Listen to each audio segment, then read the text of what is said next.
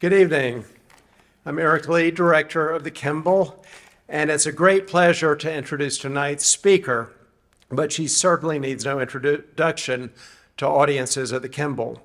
Claire Berry, the Kimball's Director of Conservation Emerita, has been an important part of the museum for decades, first arriving at the Kimball in 1984.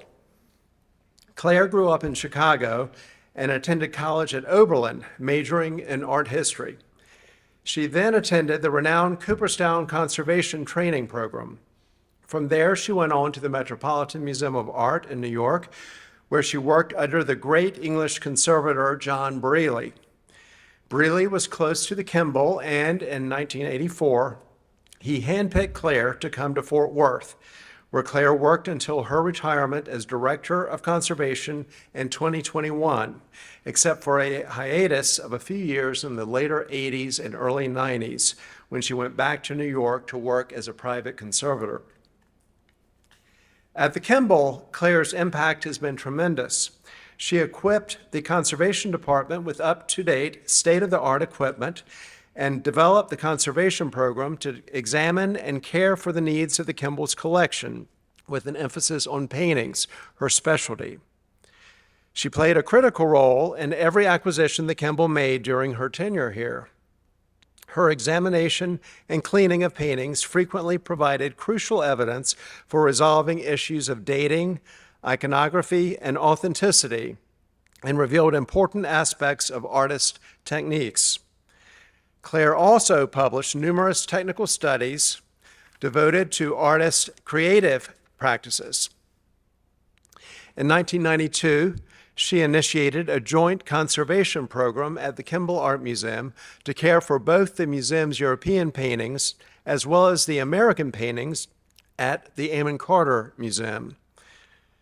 Claire's influence on conservation has been tremendous too, not only for her work as a conservator and publications, but because she has mentored at the Kimball a whole team of young conservators who have gone on to prestigious jobs at other museums all over the country. Even the head of paintings conservation at the Met was once her associate conservator. Claire lectures regularly on artists' painting techniques, consults with museums and private collectors, and is currently an independent paintings conservator. Claire also serves on the board of Save Venice, where she participates in the projects committee to choose and fund restorations in the Venice region. Additionally, she serves on the Meadows Museum Advisory Council and the visiting committee for the Paintings Conservation Department at the Metropolitan Museum of Art. Claire's passion for works of art is infectious, as I think you will glean from tonight's lecture on the Kimball's great Murillo, Four Figures on a Step. And now, Claire Berry.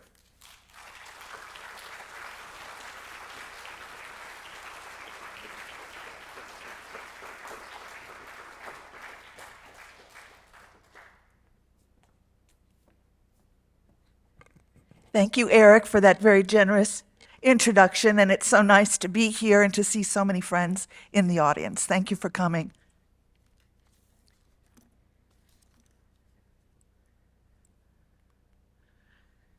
The title of my talk is In the Studio with Murillo, and we're going to be taking a very close look at his application of paint, focusing mainly on the paintings in this exhibition.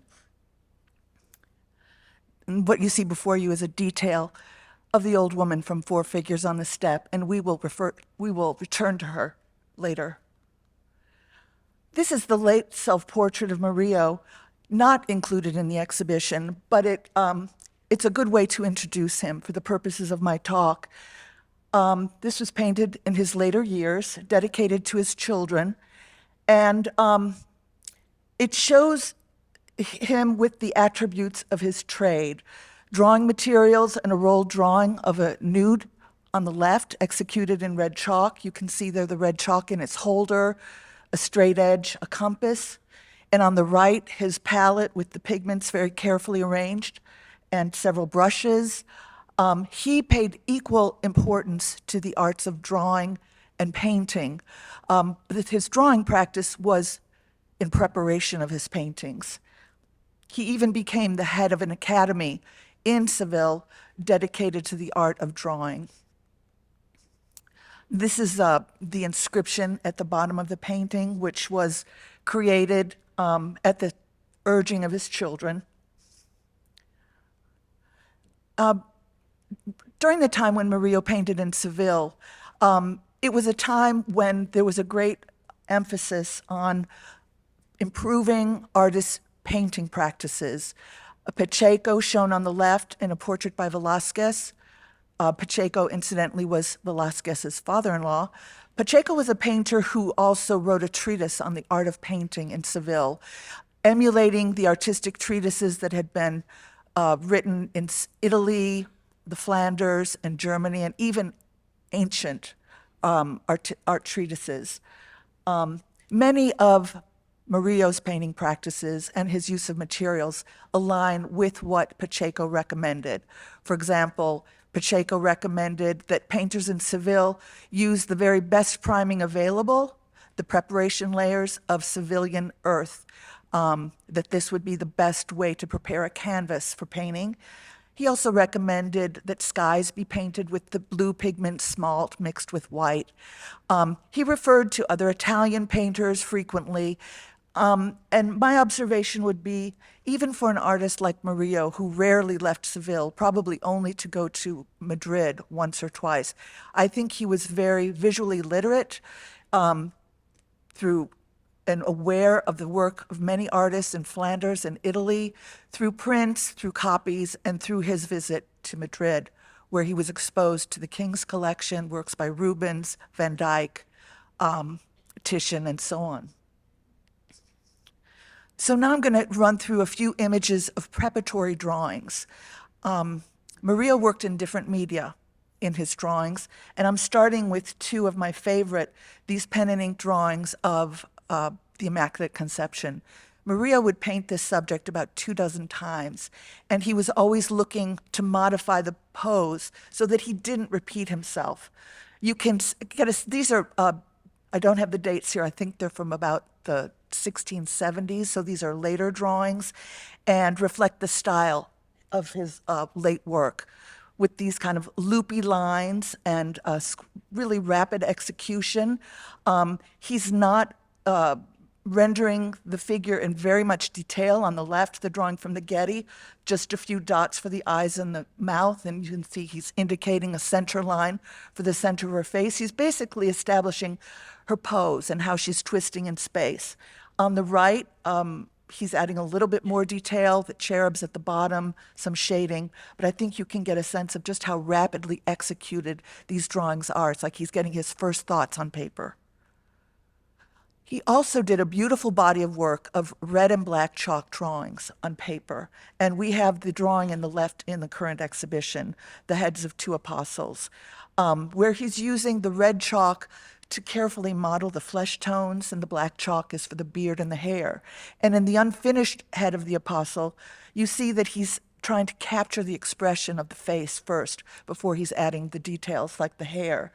And on the right, this beautiful drawing of the Immaculate Conception, he's focusing a little bit more detail in the rendering of her face in red chalk.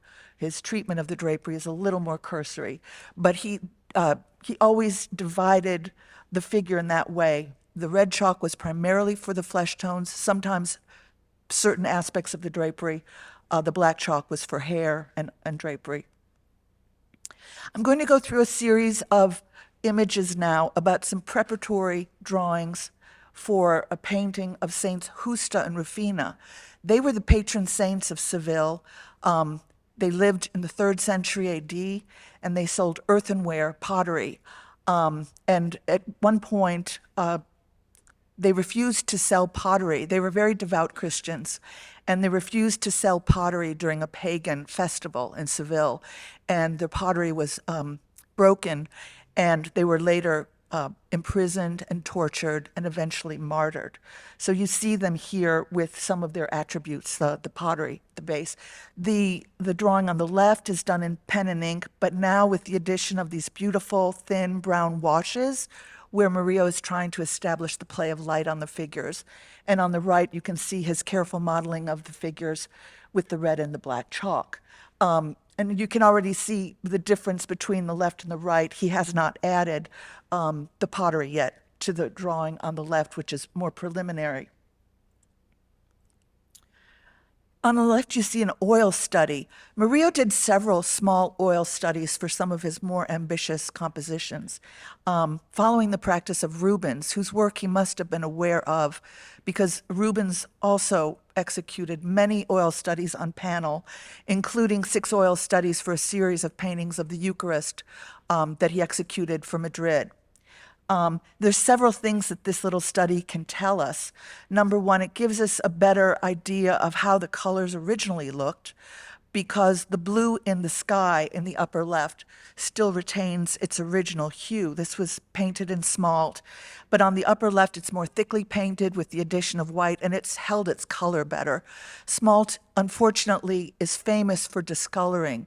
It was a pigment that was inexpensive, and it was favored by artists who wanted to achieve something close to the tonality of the expensive ultramarine blue pigment. So this was used as a substitute. But unfortunately, when it's thinly painted, it can discolor to a gray tone. And we will unfortunately see this in a number of works by Murillo. I just want to point out a few changes between the oil study and the final painting. You can see that he did alter some of the colors of the draperies of Saint Rufina on the right, and he's also repositioned the terracotta pottery, placing them at the lower right of, in the middle of the 2 figures and at the lower right of Rufina, kind of referring back to an earlier sketch.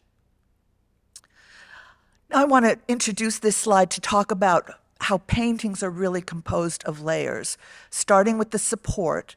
And in the case of an artist like Murillo, he actually worked on a variety of supports. Where in the current exhibition, we only have paintings on canvas. But Murillo also painted on wood panel, on copper plates, and even obsidian, a volcanic black rock, which we will see later in my lecture.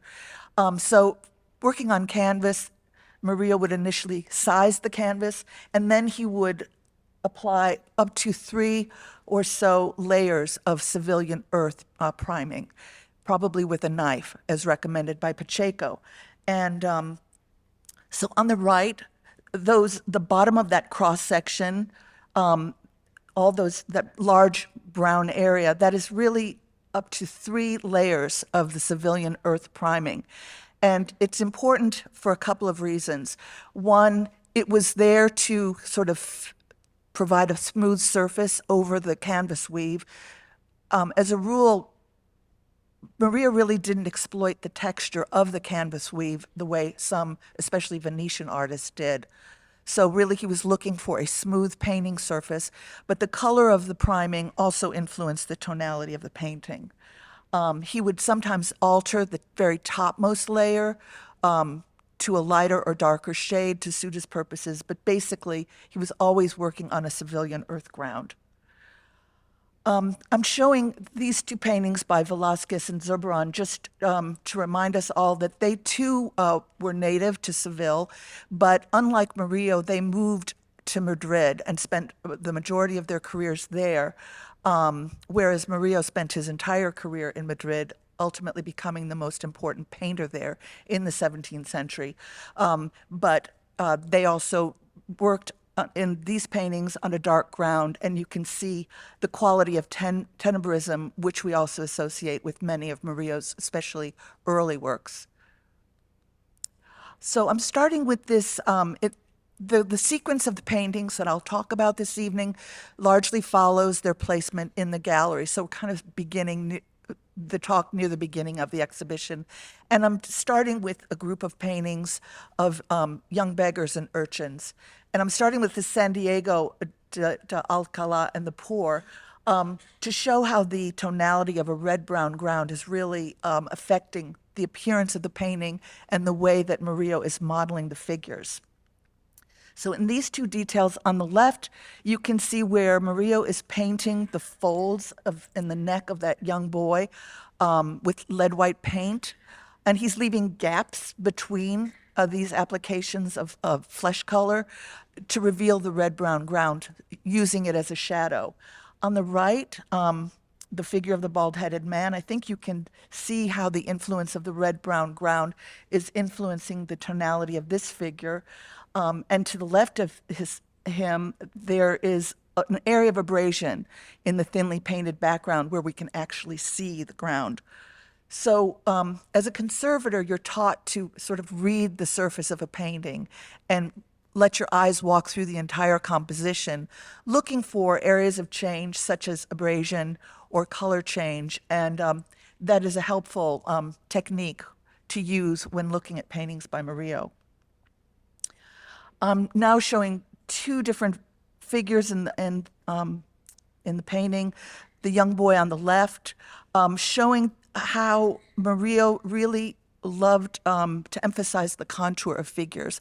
I don't know if this was something that carried on from his drawing practice, but this is something we see over and over again in his paintings. And he also liked to offset figures in profile against a contrasting background. So on the left, we see the young boy contrasted against a white background, the figure shown in half light. And on the right, we see the bearded man painted in full light against a dark background. And I just wanted to show quickly these two details of the bearded man's ragged clothes. Murillo was extremely facile in his handling of lead white paint, which is a pasty, full-bodied paint, and it allows an artist to create a lot of textural variation. And I think it's amazing to look at these little threads of paint along the edges of the bearded man's clothing, how quickly painted these brushstrokes appear to be, and yet Murillo is able to position them in space by adding more or less lead white, making the brushstrokes more or less distinct. And they're completely convincing, especially when you step back from the painting. I think one of the most beautiful paintings in the first room is this old woman with a hen. In the detail on the right, I hope you can see that Murillo is modeling her flesh tones over a dark underlayer and letting this represent the shadows in the thinly painted areas. Working with the lead white based paint, he's applying her flesh tones with often striated brushwork, but somehow creating a texture that really emulates the crepey quality of her aged skin. And just want to point out his very skillful use of highlights, just that single white highlight on her bottom lip, and even the way he just slightly highlights those teeth. What I find is no matter how close you get to Murillo's paintings, they always stand up to the closest scrutiny. And I love these two details. On the left, you can see where he's painting her black sleeve alla prima, which means very directly, often painting wet and wet before the underlying paint has dried. So he started by painting the white sleeve and then worked over that with the black paint. You can see, I think, where some of the black has picked up a little bit of the white, but how he feathers out those brush strokes in black with the bristles of his brush to create the impression of the frayed fabric. It's so convincing. And on the right, how he creates that meandering edge of her veil with a very fine brush and lead white, again, picking out the highlights so carefully by having more paint on the brush. And in the detail of the eye, you can see that dark underlayer coming through that he uses for the shadows in her flesh tones. And I love this comparison of her hand with the claw of the hen. So on the left, the bottom part of her hand on the left, there's really very little paint there. What we're mostly seeing is the tonality of the dark underlying ground with just the vein added and other areas of the flesh very thinly painted to model that hand. Again, he's applying the brushwork in such a way to emulate the texture of her skin. And on the right, he's really doing the same thing with the claw of the hen. He's emulating the texture of those claws with the way he's applying the lead white based paint. And I love the very sharp contouring brushstroke he applies along the top edge of the claw. You can almost feel the pressure that he's using applying that single stroke. The painting of the young beggar from the Louvre, I think, is one of the great paintings in the first section of the show. It's really a masterpiece of chiaroscuro and naturalism. It's an early work painted in 1648, and it really shows, I think, the influence of artists like Caravaggio or Gentileschi. It's said to be a portrait of his son. In later years, Murillo would paint independent portraits, but in his earlier work, his only portraits would appear within certain narratives. When it comes to looking at this window with the stone casing, you can see that it opens to the sky. We just barely see a sliver of the sky on the left, which is painted with smalt and lead white. It's held its color fairly well, but there's no other description of the outside. And you can see that the stone surrounding of the window has been chipped away. On the right, we're zooming in to get a really close look at how Murillo painted this area. Again, he's painting it alla prima, and the form almost dissolves when you look at it this closely. You can almost reconstruct the sequence in which he applied the strokes, starting with a kind of a neutral cream-colored paint and adding some brushstrokes in black to create shadow and thicker brushstrokes in white to create highlights. But from a distance, it all comes into focus. And I could only imagine that Murillo, as a painter, is moving back and forth, working up close to the painting and stepping back to make sure he's getting the effect that he wants. The face of the boy, I think, is a beautiful study in the fall of light. And if you look at the shadows, no shadow is exactly the same. He's really studying the play of light on the face and the intensity of the shadows that are created. I think you can see that he's really working with a pasty paint. There's a high lead white content. And every part of the costume and all of the flesh tones are textured, reflecting the quality of the paint. And he can use the direction of his brushstroke in the shirt to create the impression of folds in the cotton, in the white cotton. Again, at the edge of the sleeve on the left, you can see how he uses that brush to create a kind of a feathered out brush stroke to create the illusion of the frayed fabric. And on the right, there's a really subtle use of color between these different shades of putty and cream that are applied with really long sweeping strokes, a great deal of confidence in his paint application, and how he just applies a very broad, thick white highlight that from a distance brings the whole area and form into focus. Believe it or not, these details are from the same painting. We're getting a close view of how Murillo is painting the crumpled shirt and sleeve of the young boy. Again, we're not looking at Manet, who comes to mind when I look at this, but this is Murillo painting very alla prima, with very contrasting colors, whites and blacks and browns, working very rapidly, wet and wet. At a close range, as we're seeing now, the forms somewhat dissolve, but from a distance they come into sharp focus. And you see how he's varying his technique to a certain extent from one area of the painting to the other.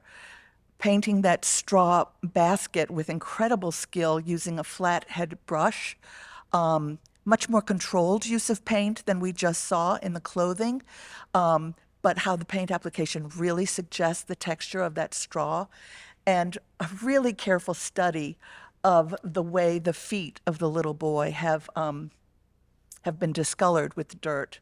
Most of these urchins in the first gallery, have dirty feet, but this is the closest portrayal that comes to mind. And there's some still life elements in the foreground. The shrimp have fared better with time. They've retained most of their original color, the red mixed with white and the highlights so carefully applied. The fruit tumbling out of the basket is a little bit hard to identify. Are they apples, peaches, oranges? We don't know, because at this point, all we're seeing is the underpaint. And the glazes, the final glazes in red and orange, have completely faded away. So this is another example how you need to really walk through a painting and ask yourself questions. When an area doesn't really read, it doesn't really make sense, ask yourself why, and it's probably due to the condition. And this is an example in the lower left of Murillo making a compositional change, probably late in the painting, where we found the this white outline, very sketchy white outline on the right of a jug. Either he was originally going to add a second jug, or perhaps he moved the location of this jug. This is the kind of change you might expect in Murillo, adjusting still life elements in a final stage of painting, as he did in the painting of Saint Justa and Rufina. What's rare in Murillo is any kind of rethinking of a figure once he gets to the painting stage. He's already thought through that very carefully in a series of drawings. This painting, called La Toilette, shows an older woman removing lice from the head of the young boy. This is much later than some of the paintings we've just been looking at. And a comparison of the windows in the young beggar boy and La Toilette shows how he's really moved to a much thinner application of paint and added more detail, for example, in the view through the window. Much softer modeling of the clouds and the still life elements.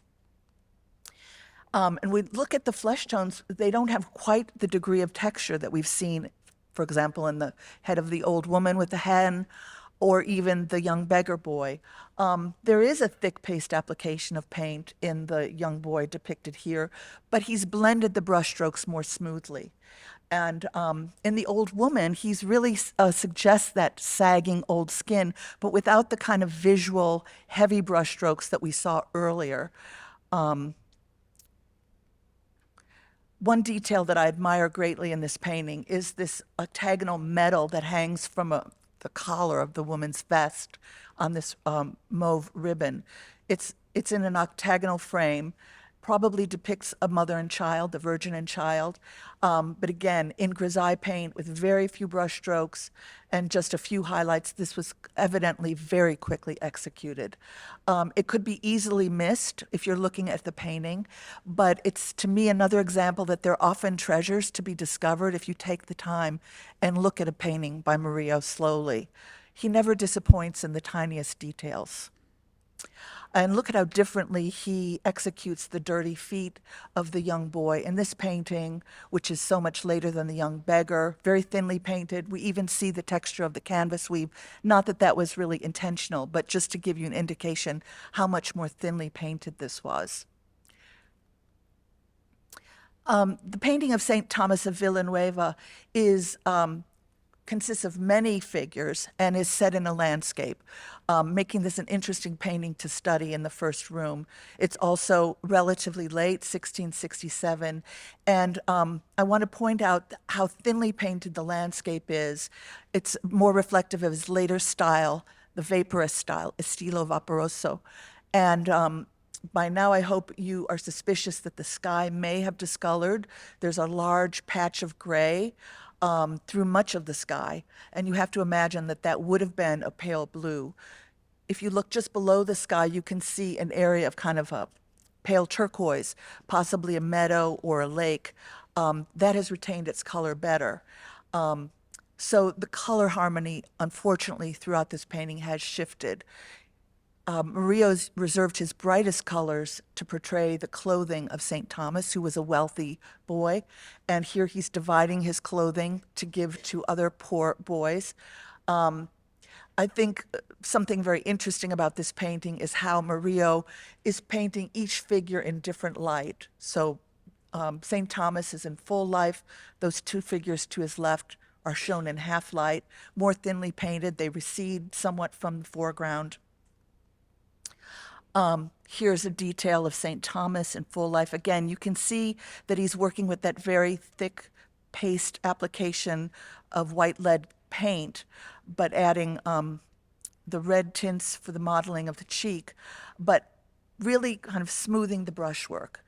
Whereas when it comes to painting the sleeve of St. Thomas, he's painting it with impasto, where you can follow the path of every brushstroke, and it's uncanny. His ability to create a sense of volume and form with so few brushstrokes is really amazing.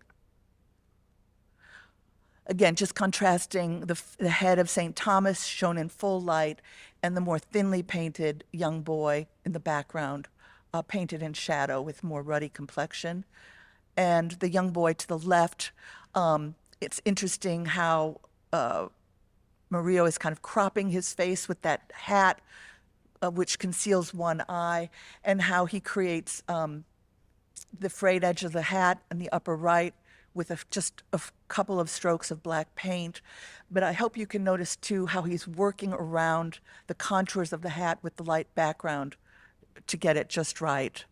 But in a detail like this, you just see so many different effects of paint, from the really wispy strands of hair to the bolder black brush strokes that define the edge of the frayed hat. And here are two details of the background on the left. I hope you can see a little more clearly the parts of the landscape that haven't changed. So the buildings retain their kind of pale peach colored accents. And you can see that pale turquoise paint in the lower left. And then the sky, where it just kind of dissolves into these black, gray and white patches, unfortunately. On the right, we can see it's almost like looking at a painting within a painting. We see two figures in a doorway, probably a parent and child, and a figure in a hat leaning over his horse. There's a dog and two figures in the lower left. Again, these details are so thinly painted, and they're really quite small. He could have easily left these out of the painting, but they just add that level of interest and perhaps gave him an opportunity to showcase his skill. This is a part of the exhibition that I'm particularly interested in, seeing the two women at the window from the National Gallery near our four figures on a step. Two narrative scenes that are now depicting the lives of adults related to the street life of Seville. And they bring to mind, both of these paintings were enigmatic, and they bring to mind these still lifes by Sanchez Cotan and Zurbaran, also painted on dark backgrounds, where figures are isolated with no apparent, easily understood narrative. And I think of these figures, especially in Four Figures on the Step, almost as four studies of different types of people. And perhaps the same could be said of the National Gallery painting. It needs to be said that there's an addition at the bottom of this painting. So initially, these two figures would have been leaning against a step similar to the Kimball composition. Murillo used a blackish undertone beneath the shutter and the figure of the older woman who's concealing her mouth with the veil. And I think you can see how he's using that in the shadows of her thinly painted hands and the shadows around her eyes. But painting the young woman with a smoother paste application of paint, quite like the way he painted the figure of St. Thomas, which we've just seen. In her costume, we can see that on the left, he let the chemise slip down a little bit further on her shoulder, sort of adding to the narrative. And on the right, his, what we've now seen often, his alla prima handling of the white drapery, blending the white paint, wet and wet, with the black shadows, very quickly painted. And here's Four Figures on the Step. Again, like the painting at the National Gallery, the figure of the old woman on the right was painted over a dark underlayer to influence the modeling of her figure. And the young boy on the left, a little bit like the young woman in the painting from the National Gallery, was painted in full light with smoothly blended brushwork. I'm showing the detail of the woman's eyeglass on the right to give an example how Murillo was sometimes very fascinated with painting optical effects. So here the challenge is, how do you paint glass, the lens of an eyeglass, which is clear? So Murillo suggests the existence of the glass by showing how it affects our view of her eye and her flesh tones underneath the spectacle. So some of the detail has been softened, it's a little blurry, and the flesh tones appear a little cooler than, say, the flesh tones that we can see in her forehead. He also implies the thickness of the glass, the lens with a shadow on the left, and of course the highlight on the right is what's being reflected off the surface of the glass. Again, you contrast that really thick brushwork on the forehead where we can really read the bristles of the brush with the very fine, wispy treatment of the strands of hair on the left. And here we see, I think it's an interesting comparison between the hand of the young man on the left and the old hand of the woman. I think you can feel how gently she's caressing the head of the young boy, and he's using just a few warm red highlights on her fingertips for the hand in the back, and modeling her flesh with these striated brush strokes. On the left, the hand is painted in full light, and we can see a kind of red halo around it. This gives the hand more emphasis and helps the hand project even further into the foreground. When the painting was examined here at the Kimball with X-ray fluorescence, which is a tool that helps us get an image of different elements, images of different elements that exist in paintings. In this case, on the right, where you see those white streaky brushstrokes, this is a black and white image of the artist's use of vermilion paint, which contains mercury. So what it suggests is that Murillo painted the hand first, and then to give it greater emphasis, he went back and painted a patch of vermilion around it, leaving some of it visible as a kind of a glowing halo around the hand, and dragging it over the thumb to give it a little bit of a highlight there. So this young man is kind of dressed as a dandy, but Murillo adds a few little details, like there's a hole along the seam in his vest, and he actually has dirty fingernails, to suggest things are not necessarily as they appear initially. You know, maybe the idea of careless youth. These are two details of the young boy reclining in the foreground. Again, I love the nuanced use of color, how he combines these shades of lavender with kind of a pale ochre green for the vest of the little boy. Again, you can see the artist painting alla prima and the apparent speed with which he's applying those white brushstrokes at the top for the young boy's shirt. Again, from a normal viewing distance, this all comes into sharp focus. And I think the sleeves of the old woman are so beautifully modeled in white lead paint, visible brushwork. He really creates the sense of the weight of the fabric and the volume of the fabric and the arrangement of the folds. If anything, the sleeve on the left is even more abstractly painted, but it all comes into focus at normal viewing. And these are two close-up views of the veil, the way the old woman's veil is folded as it rests on her shoulder. If you look at the detail on the right, you can see how he, again, starts with kind of a cream-colored paint, adds a few brush strokes in white to highlight the fold, very thin application of black paint in the interior of the fold. And I love the way, along the kind of rounded edge of this fold, it's almost as if it's reflecting the flesh tone of the old woman. Again, close inspection of Murillo's paintings is never disappointing. And an even closer detail of this area, we're seeing the edge of her vest on the left, and I loved the scalloped line that he creates that highlight along the ochre-colored border. Now I'm moving into the gallery containing the portraits. My understanding is this is the largest exhibition of Murillo's portraits that's ever been brought together. There are 13 portraits in the exhibition, and I think he's known to have painted 20. I'm starting with one of the slightly later portraits, the portrait of Inigo Melchor Fernandez de Velasco, which was probably painted shortly after his trip to Madrid, where he would have been exposed to the work of Rubens and Van Dyck, among other great artists. And this painting reflects that. It's very much reminiscent of a type of Van Dyck portrait where the figure is set against an architectural background with the swag of drapery. It's a very elegant pose.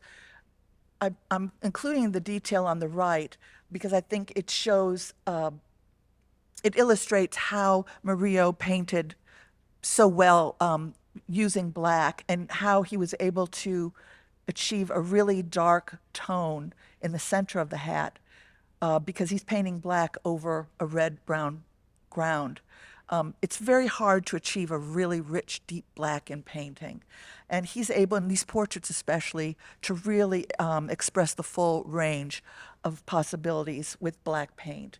And the detail on the left shows the type of sleeve that the aristocrat is wearing. Those are actually black ribbons. They're not stripes that are an integral part of the sleeve. I've come to the conclusion that the sleeves that these figures are wearing are almost a reflection of their status because they seem to be such an important part of the costume, and it's as we will see in other examples. For example, these details are from a elaborately embroidered sleeve in the earliest portrait of the exhibition. Look at the freedom with which Murillo is applying this paint, and those just globs of white highlights, almost as if he's squeezing the paint out of like toothpaste being squeezed on the canvas.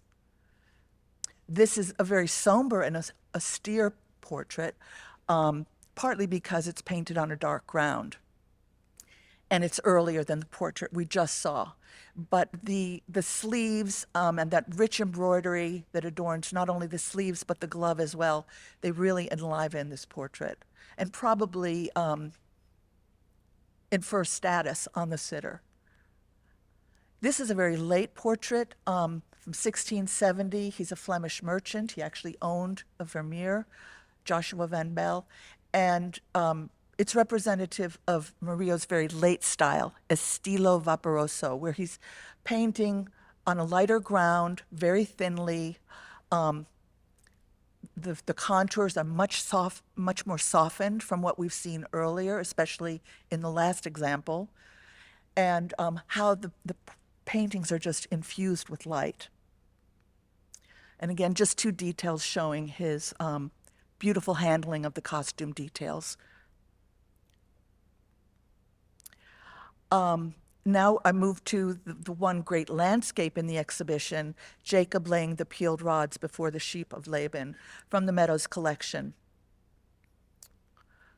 I should say the story is that Laban promised Jacob that he would become the owner of any sheep that were spotted that were born from the ewes. And the ewes never gave birth to spotted sheep. So Jacob came up with a plan that if he would peel these rods and float them in the water, any water that the ewes would drink would enable them to produce the spotted sheep that he desired. And it didn't really make sense to me, but apparently that worked for Jacob. So this really allows us to see how Murillo organizes such a majestic landscape and creates the illusion of spatial recession. So in the foreground, he frames the scene with this foliage, which is applied with great immediacy, these just very direct dabs of paint to create the leaves. These leaves on the right, by the way, have darkened somewhat because they were painted with copper resonate green, which is often discolored in old master paintings. But I think the sharp contours of the leaves as well as their dark color really help frame, they bring them closer to our space and they really help frame the composition. And then in the close foreground, we have the figure of Joseph, which is very carefully modeled and with beautifully colored clothing. And it really, I think, showcases Murillo's handling of color. It also showcases his intense interest in male anatomy from all of his years working at the academy and devoted to the art of drawing. And he's given himself the challenge of showing a figure that's slightly twisted, with one raised shoulder, leaning forward, with a foreshortened rear leg.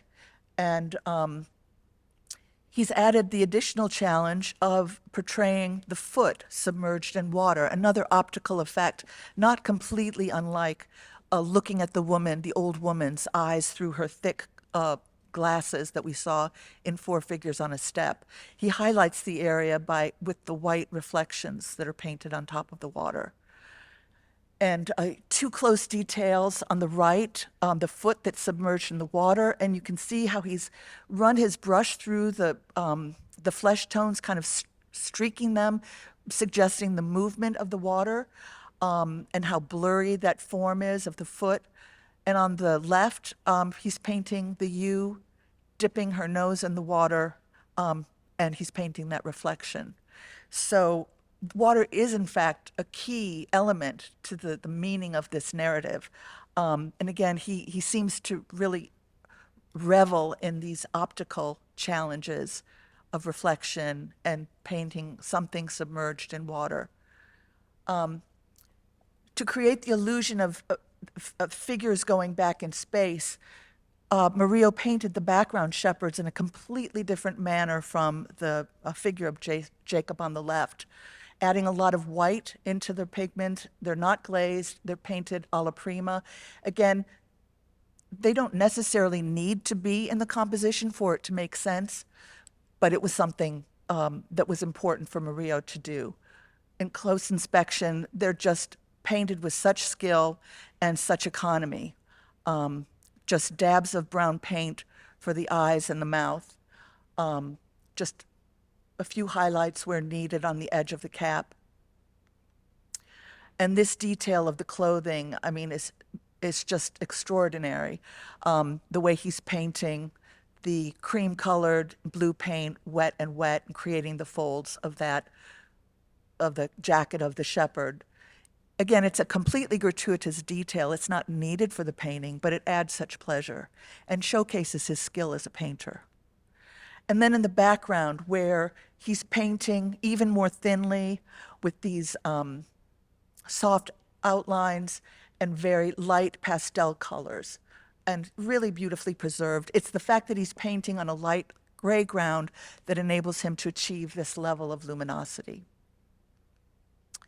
And finally, for the paintings in the exhibition, I'd like to look at the marriage feast at Cana, another late painting painted in this kind of vaporous style that we've been discussing. It must have been influenced by the majestic Wedding at Cana by Veronese, which surely Murillo knew about. But of course, Murillo's painting is on a much smaller scale with many fewer figures. When you look at the figure of Christ, this is an idealized figure. You look at how softly rendered his skin tones are.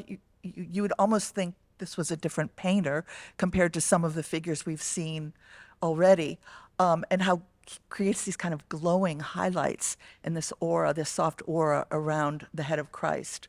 And on the right, this showcases his skill in painting still life elements, especially a glazed urn, where you can kind of really understand the shiny surface of that clay pot and the water that pours out of it the moment before the miracle of water being converted to wine occurs.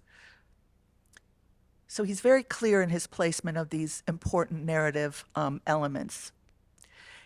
And then his treatment of the bride and groom, who are set back slightly in space. Look how thinly painted they are, almost like a drawing in watercolor. And they have a kind of a psychological aspect to them that we haven't always seen in the earlier work, where the bride looks worried, a little despondent, and maybe a little sad. that this wonderful feast has been has hit a problem with the lack of wine, and the groom glances over at her with a look of concern. Look at the beautiful rendering of jewels with a thicker paint. And in this last section, I want to briefly talk about some paintings by Murillo that we have conserved in the Paintings Conservation Studio at the Kimball. It turns out that in the state of Texas, there are examples of Murillo paintings on every surface that he ever painted on, from metal to stone to canvas to wood panel. And I'm going to start with this painting of the Nativity, which is from the Museum of Fine Arts, Houston, and it was cleaned before the Kimball's last Murillo exhibition about 20 years ago. At the time, it was thought to be on black marble, and Bill Jordan, who was writing an essay, Bill Jordan being the great Spanish scholar, former director of the Meadows Museum, a former deputy director of the Kimball Art Museum with whom I had worked and consulted often, especially on Spanish paintings. He thought the painting should be cleaned prior to the exhibition, and he was also interested in investigating it further. So it was sent to the Kimball for conservation treatment in exchange for the loan. And as I started cleaning it, I realized that the entire background was soluble and, panicked. I called Bill and I said, I'm sorry to tell you, but I don't know if I can clean this painting. The landscape is soluble. And he said, if the paint wants to fall off, let it. Well, that was not very comforting, but he also pointed out some research that had been done by Olivier Millet, a curator at the Louvre, and he pointed out the existence of 2 paintings on black obsidian at the Louvre, small cabinet pictures, where Murillo painted scenes from the Passion of Christ directly on the polished surface, the bare polished surface of obsidian. So I removed the landscape along with the discolored varnish in the cleaning, and that revealed, and by the way, none of the figures or the cherubs, the scroll, no other part of the painting was soluble. Everything else was in very fine condition. And once the landscape was removed, you could see these grayish vertical striations in the background, which were naturally included part of the surface of the obsidian, and Murillo seemed to exploit these striations and paint around them, making them part of the composition as if they were some kind of heavenly light falling on the figural group. On the left, I'm showing you a detail slightly overexposed so you can get a better look at those inclusions, those streaky inclusions. And on the right, I hope you can see the panel is on an easel just to show you the thickness of this obsidian panel.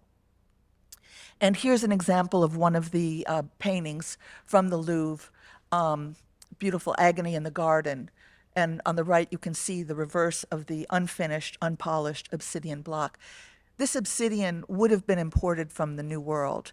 And what Olivier Millet discovered is that polished blocks of obsidian like this were used as smoking mirrors, kind of tools with which to communicate with the divine. And there's an example of one of these in the Musée de l'Homme in Paris. And Olivier wrote a wonderful article about them. About this topic, both smoking mirrors and the connection to Murillo and his use of obsidian as a painting support. I can't emphasize enough how important it is for conservators to work with art historians, especially in a project like this, where Bill and Olivier's expertise in this area were extremely helpful to me. I don't know that the cleaning would have been possible without it. Another painting that was cleaned in the studio is this beautiful Immaculate Conception from the Meadows. And in this case, it was really just a matter of removing a discolored layer of natural resin varnish. The painting is in rather good condition, but this, I think, if you look at the before and after photos, you can see how a discolored varnish really affects the reading of a picture. It lessens, not only alters the original colors, especially the really vivid yellow pigments and beautiful ultramarine blue that Murillo used for the drapery. It also flattens the illusion of depth and form. And again, the dark areas in the foreground, below the cherubs, these gray patchy areas probably represent areas of discolored smalt. So you need to make that mental adjustment that the bottom part of this painting would have had a light blue and which had given everything a much airier quality. I think, unfortunately, this kind of discoloration tends to bear the painting down a little bit. So you need to make that adjustment. Ultramarine was very expensive, which is why it was usually reserved for the most important figures and saints. And even at that, in this case, Murillo applied an underpaint of smalt in order to be able to apply the ultramarine on top more thinly, which you can see on the right. And finally, a recent cleaning by Peter van de Mortel, the chief conservator at the Kimball, is a Jacob laying the peeled rocks before the sheep of Laban. This is a painting which I've kind of lived with from afar for years, and seeing it on the walls of the Meadows Museum, I never really questioned that it needed cleaning. It had a very even surface. It was legible, but the occasion of this exhibition and the Kimball's request for the painting for a loan brought about the cleaning. So the Kimball agreed to clean it in exchange for the loan.